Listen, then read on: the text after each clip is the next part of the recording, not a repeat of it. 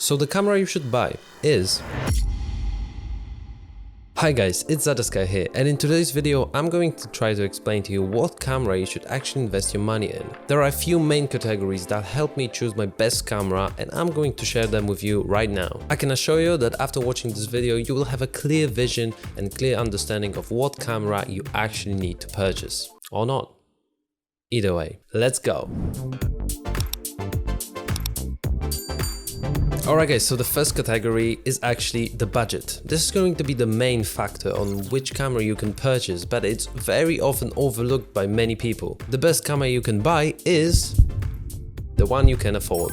If a Canon camera or Sony camera is definitely out of your budget, I wouldn't even consider going for them. Not to mention even the available lenses that are for various systems, but we're gonna come back to that later. If you've been saving up a lot of money and you only have a certain amount to spend, remember not to go over the budget. So once you have a clear understanding of how much you can actually spend on the camera, there's the second point, the sensor size. So in DSLR world, you have different sensors coming from micro four thirds, which I'm currently shooting on, APS-C and the full frame finally. Typically a full frame camera is going to capture more light because, well, the sensor is bigger. It's going to give you that dreamy like bokeh, but in most of the cases it's going to be very expensive. A camera that has APS-C sensor is, for example, ATD. This camera is great for video and photography as well, but it has a shortcoming because it crops every time you put on a lens. APS-C sensor in that Canon camera has roughly about 1.5 crop factor. So if you put a native 24mm lens, it's going to be somewhere around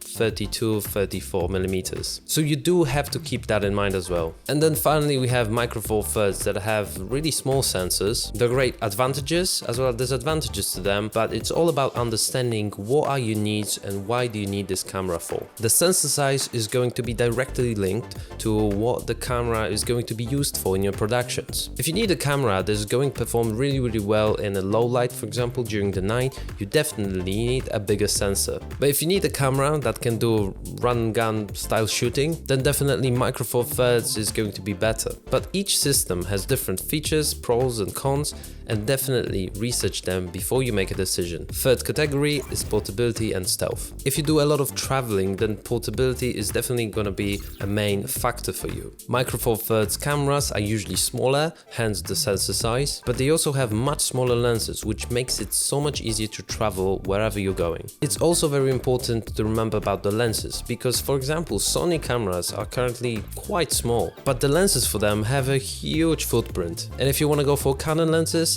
they're definitely going to be huge in comparison to micro four thirds. And in this category we also have stealth.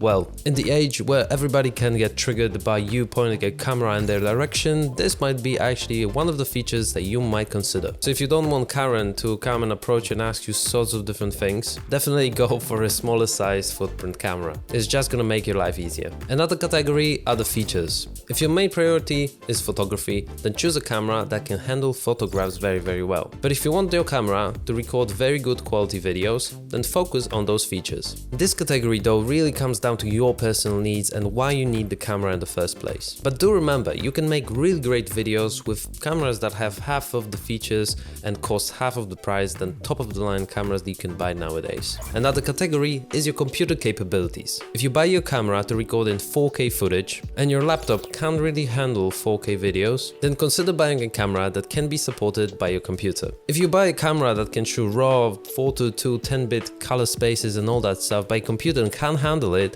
then there's no point in buying the camera in the first place. Of course you can do proxies, but we're talking about how to speed up your workflow. And lastly, the category that is the most important is buy used cameras. If you're just starting out, consider buying a used camera. This will not only allow you to invest in audio equipment and lighting equipment, but will also allow you to invest in lenses, for example. Camera can really be as good as the lens attached to it. So in my opinion, it would be better to focus on lenses that you can buy to your camera than actually focusing on the body itself. But let's face it, you probably came here to find the answer for what camera you should actually buy. While I'm going to try to list some of the best cameras that you can buy in certain budgets in the description below, I think it is a very personal decision that has to suit your filmmaking and photography needs. But probably the best camera that you can shoot right now is right in your pocket. Yes, I'm talking about phones. But to be honest guys, it's much better to invest in yourself learn how to film, learn how to do photography, rather than invest in another lens, another camera body